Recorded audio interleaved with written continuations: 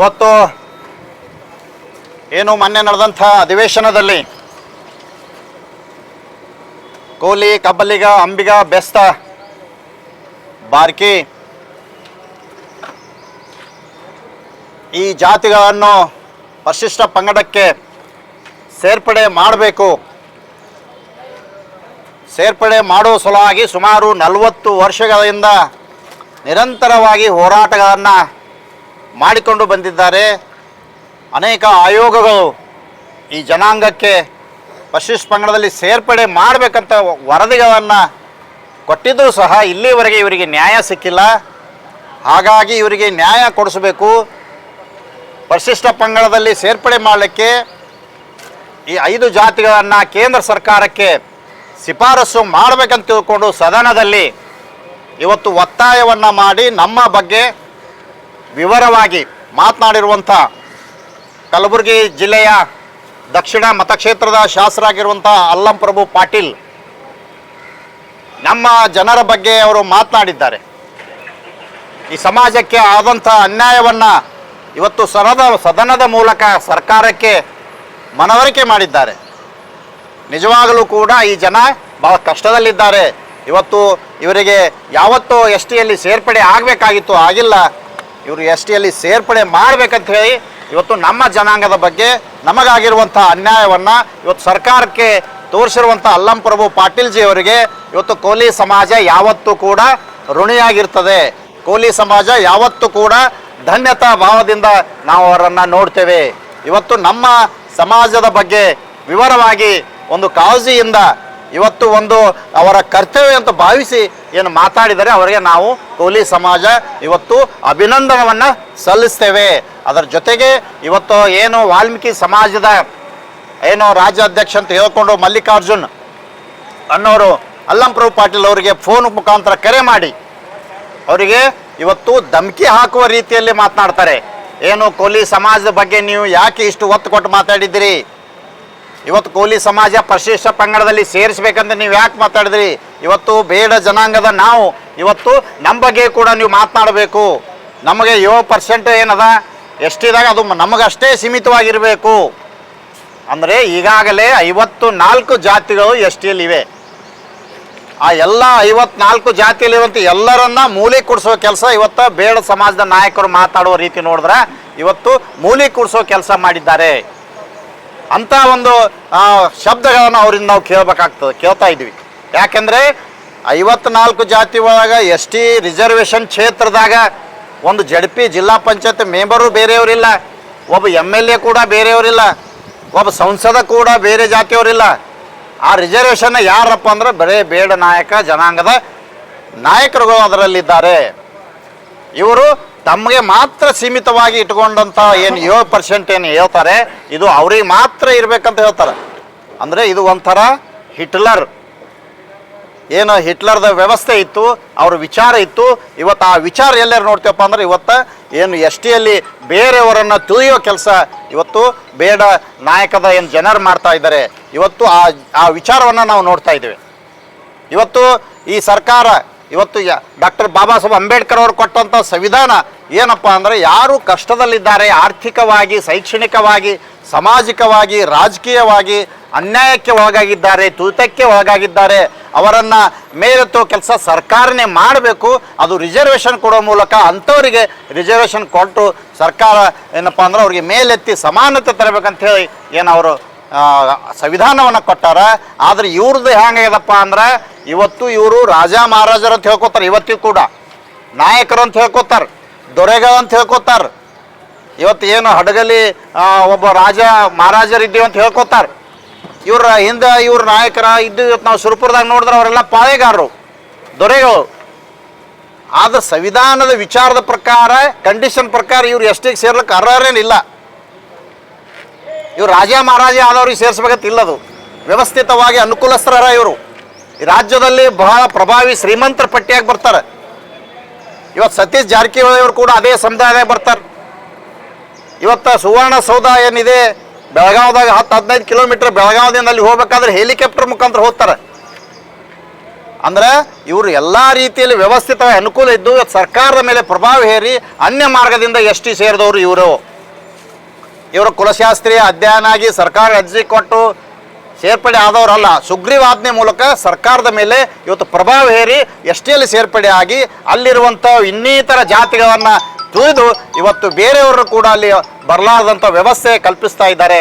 ಇವತ್ತು ಕೋಲಿ ಸಮಾಜ S T ಪಟ್ಟಿಯಲ್ಲಿ ಸೇರ್ಪಡೆ ಆದರೆ ಇವರು ಏನು ತೊಂದರೆ ಇದೆ? ಇವ್ರಿಗೆ ಯಾವುದೇ ರೀತಿ ತೊಂದರೆ ಇಲ್ಲ. ಯಾರು ನಿಜವಾಗಿ ಅದಕ್ಕೆ ಅರ್ಹರಿದ್ದಾರೆ ಅವರು ಎಸ್ ಟಿಯಲ್ಲಿ ಬರಬಾರ್ದು ಅಂತ ಇವರು ಹುನ್ನಾರ ಇದೆ. ಹೀಗಾಗಿ ಏನು ಅಲ್ಲಂಪ್ರಭು ಪಾಟೀಲ್ ಅವ್ರಿಗೆ ಇವರು ಮಾತಾಡಿದ್ದಾರೆ, ಅದನ್ನು ನಾವು ಖಂಡಿಸ್ತೇವೆ. ಇವತ್ತು ಕೋಲಿ ಸಮಾಜ ಯಾವತ್ತೂ ಕೂಡ ನಮ್ಮ ಪರವಾಗಿ ಮಾತನಾಡುವಂಥ ಅಲ್ಲಂಪ್ರಭು ಪಾಟೀಲ್ ಅವರು ಇರ್ಬೋದು, ಇವತ್ತು ಎಂ.ಐ. ಪಾಟೀಲ್ ಅವರು ಮಾತಾಡಿದ್ದಾರೆ, ಇವತ್ತು ಪ್ರಿಯಾಂಕ್ ಖರ್ಗೆ ಅವರು ಸರ್ಕಾರ ಪರವಾಗಿ ಮಾತಾಡಿದ್ದಾರೆ, ಇವತ್ತು ವಿಧಾನ ಪರಿಷತ್ ಸದಸ್ಯ ತಿಪ್ಪಣ್ಣ ಕಮಕನೂರು, ಸಾಬಣ್ಣ ತಳವಾರ್ ಇವರೆಲ್ಲರೂ ಕೂಡ ಏನು ಈ ಸಮಾಜದ ಬಗ್ಗೆ ಮಾತಾಡಿದರೆ ಅವ್ರ ಪರವಾಗಿ ಕೋಲಿ ಸಮಾಜ ಯಾವತ್ತೂ ಕೂಡ ಗಟ್ಟಿಯಾಗಿರ್ತೇವೆ, ಅವರ ಜೊತೆಯಲ್ಲಿರ್ತೇವೆ. ಇಂಥ ಗೊಡ್ಡ ಬೆದರಿಕೆಗೆ ಯಾವತ್ತೂ ಕೂಡ ಹೆದರಬೇಡಿ ಅಂತೇಳಿ ನಾವು ಅಲ್ಲಂಪ್ರಭು ಪಾಟೀಲ್ ಜಿ ಅವರಿಗೆ ನಾವು ನಿಮ್ಮ ಜೊತೆಯಲ್ಲಿರ್ತೇವೆ, ನಿಮ್ಮ ಜೊತೆಯಲ್ಲಿ ನಾವು ಯಾವತ್ತೂ ಕೋಲಿ ಸಮಾಜ ಇವತ್ತು ನಿಮ್ಮ ಜೊತೆಯಲ್ಲಿರ್ತೇವೆ. ಅದರಲ್ಲಿ ಹಿಂದುಳಿದ ವರ್ಗದಲ್ಲಿ ಬರುವಂಥ ಎಲ್ಲ ಶಾಸಕರು ಕೂಡ ಇವತ್ತು ಧ್ವನಿ ಎತ್ತೋ ಕೆಲಸ ಮಾಡಬೇಕು.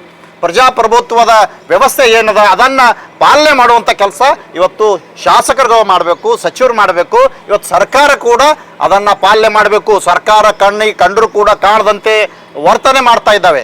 ಇವತ್ತು ಕೇಂದ್ರದ BJP ಸರ್ಕಾರ ಇರ್ಬೋದು, ರಾಜ್ಯದಲ್ಲಿರುವಂಥ ಕಾಂಗ್ರೆಸ್ ಸರ್ಕಾರ ಇರ್ಬೋದು, ಇವರ ಒಂದು ಪ್ರಭಾವಕ್ಕೆ, ಇವರ ಒಂದು ಏನು ಒತ್ತಡಕ್ಕೆ ಇವತ್ತು ಮಣಿದು ಇವತ್ತು ಕಾನೂನು ಬಾಹಿರವಾಗಿ ಏನು ನಡ್ಕೋತಾ ಇದ್ದಾರೆ. ಇದನ್ನು ಬಿಟ್ಟು ಇವತ್ತು ನ್ಯಾಯ ಕೊಡುವಂಥ ಕೆಲಸ ಸರ್ಕಾರಗಳು ಮಾಡಲೇಬೇಕಂತ ನಾವು ಈ ಸಂದರ್ಭದಲ್ಲಿ ಒತ್ತಾಯವನ್ನು ಮಾಡ್ತೇವೆ. ಹೀಗಾಗಿ ನಮ್ಮ ಬಗ್ಗೆ ಏನು ಧ್ವನಿ ಎತ್ತಿದ್ದಾರೆ ಅವರಿಗೆ ನಾವು ಯಾವತ್ತೂ ಕೂಡ ಮರೆಯೋದಿಲ್ಲ. ಅದೇ ರೀತಿ ನಮ್ಮ ಸಹೋದರ ಸಮಾಜ ಇವತ್ತು ತಳವಾರ್ ಸಮಾಜ, ಈ ಭಾಗದಲ್ಲಿ ತಳವಾರ್ ಸಮಾಜಕ್ಕೆ ಇವತ್ತು ಕೋಲಿ ಸಮಾಜದ ಕೋಲಿ ಕಬ್ಬಲಿಗ ತಳವಾರ ಅಂತ ಹೇಳ್ತಾರೆ.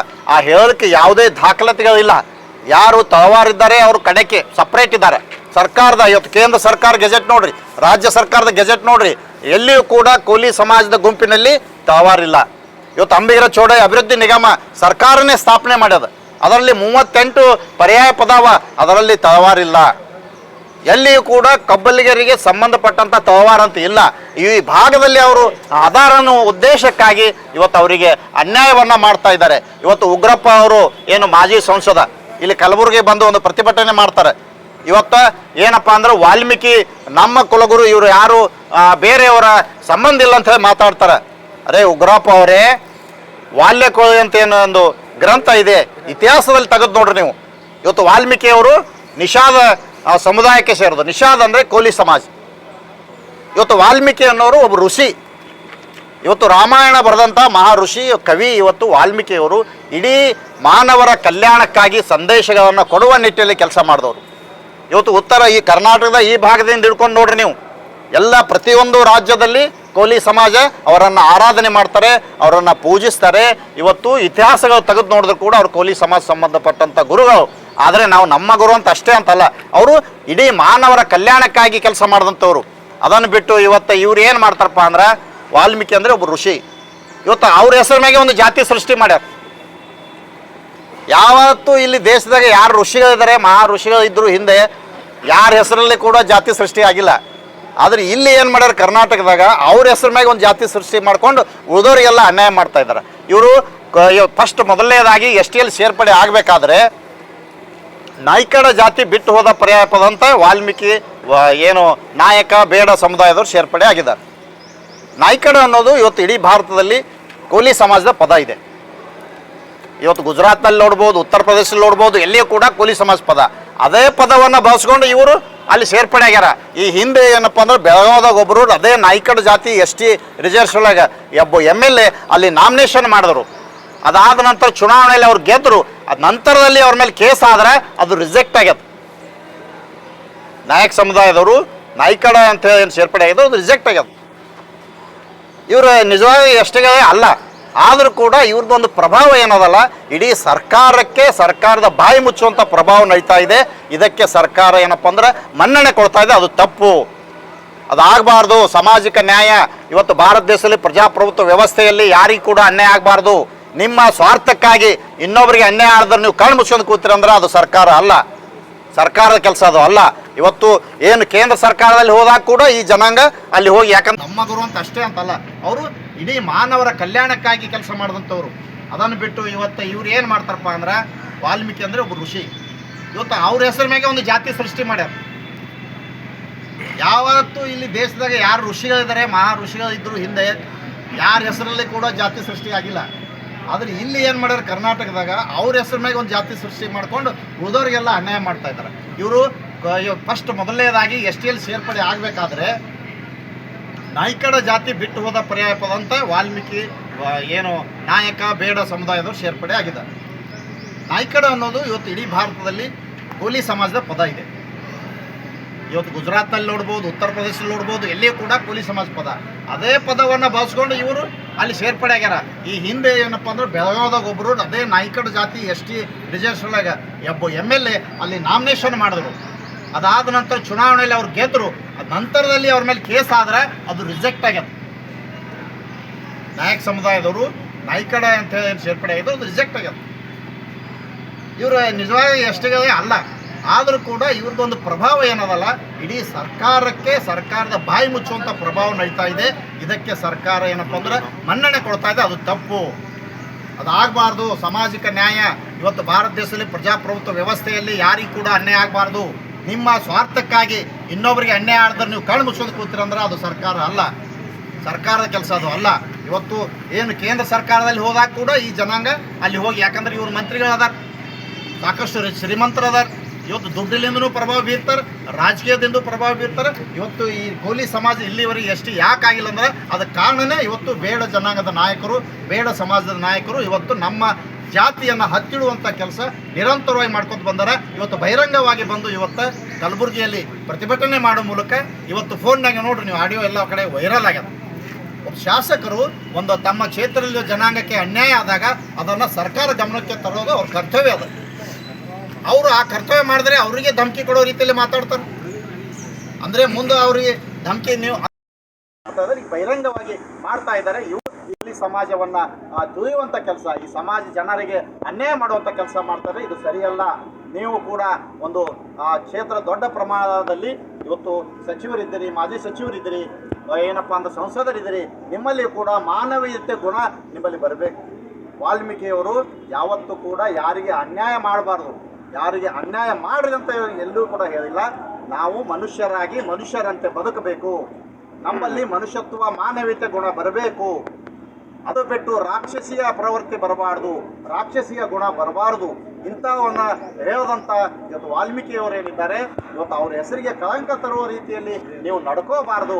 ಇವತ್ತು ಸಮಾಜದಲ್ಲಿ ಎಲ್ಲರನ್ನ ನ್ಯಾಯ ಕೊಡೋ ಕೆಲಸ ಮಾಡ್ಬೇಕಂತ ಹೇಳಿ ಮುಂದಿನ ದಿನಗಳಲ್ಲಿ ಈ ರೀತಿಯಾದ ಅನ್ಯಾಯಗಳನ್ನು ಮಾಡಿದ್ರೆ ಕೋಲಿ ಸಮಾಜ ಯಾವತ್ತೂ ಕೂಡ ಸಹಿಸೋದಿಲ್ಲ ಅಂತ ಈ ಸಂದರ್ಭದಲ್ಲಿ ಹೇಳ್ತೇನೆ. ಸಾಕಷ್ಟು ಜನ ರಾಜಕಾರಣಿಗಳು ಧ್ವನಿಗೆ ಫಲಿತಾಂಶ ಬರ್ತಾ ಇಲ್ಲ ನೋಡಿ. ಸಾಕಷ್ಟು ಜನ ಅಂದರೆ ಈಗ ಈ ಕೋಲಿ ಸಮಾಜ ಬಗ್ಗೆ ಇವತ್ತು ಧ್ವನಿ ಎತ್ತಿದ್ದು ನೋಡಿದ್ರೆ ಒಂದು 4-5 ಜನ.